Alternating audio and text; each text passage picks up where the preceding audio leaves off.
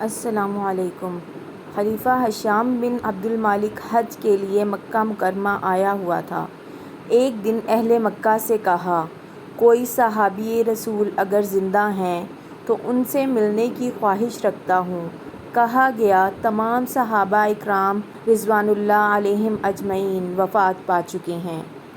کہنے لگا اچھا تابعی ہی سہی۔ چنانچہ حضرت طاؤس بن کیسان یمانی رحمۃ اللہ علیہ مکہ میں موجود تھے۔ لوگ گئے اور ان کو خلیفہ کے پاس لے آئے۔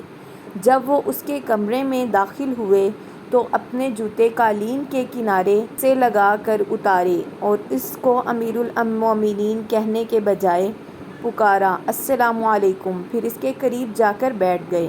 ہشام کے چہرے پر غصے کے آثار دکھائی دیے۔ اس وقت کا دستور تھا کہ خلیفہ کو نہایت عزت و احترام کے ساتھ امیر المومنین کہہ کر کنیت کے ساتھ پکارا جاتا تھا، لیکن حضرت طاؤس رحمۃ اللہ علیہ نے کنیت کے بجائے اس سے کہا ہشام تم کیسے ہو؟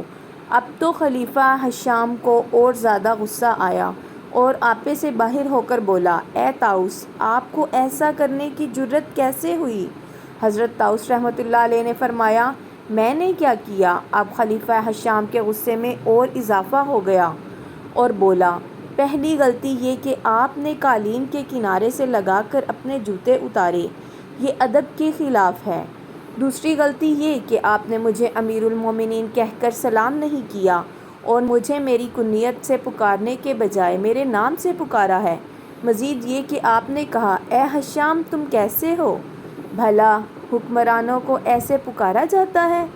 اور اس پر بھی طرح یہ کہ میری اجازت کے بغیر میرے پاس آ کر بیٹھ گئے۔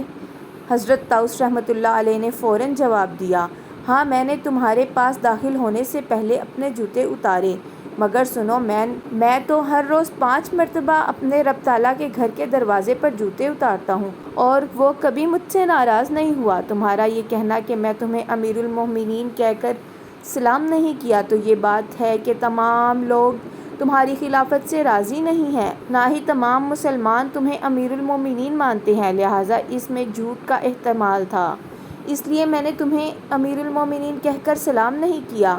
تمہارا یہ کہنا کہ میں تمہیں تمہاری کنیت کے ساتھ کیوں نہیں پکارا اور نام لے کر کیوں پکارا ہے، تو اس سلسلے میں عرض ہے کہ اللہ رب العزت نے اپنے دوستوں نبیوں کو مخاطب کر کے فرمایا ہے، یا داؤد، یا یحییٰ، یا موسیٰ، اور اپنے بدترین دشمن کا کنیت سے ذکر کیا ہے اور کہا ابو طالب کے دونوں ہاتھ ٹوٹ جائیں۔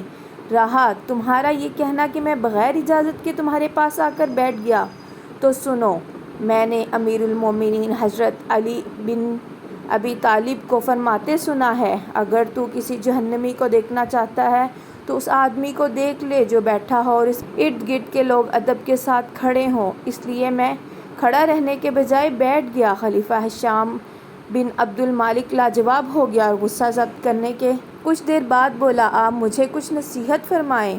حضرت طاؤس رحمۃ اللہ علیہ نے فرمایا، میں نے امیر المومنین حضرت علی بن ابی طالب رضی اللہ تعالیٰ عنہ کو فرماتے ہوئے سنا ہے کہ جہنم میں پہاڑ کی چوٹیوں کی طرح لمبے تڑنگے سانپ ہوں گے اور خچروں کی طرح بڑے بڑے بچھو ہوں گے جو رعایا کے ساتھ عدل و انصاف نہ کرنے والے امیر کو ڈسیں گے۔ حضرت طاؤس رحمۃ اللہ علیہ کی وفات 106 ہجری میں ہوئی۔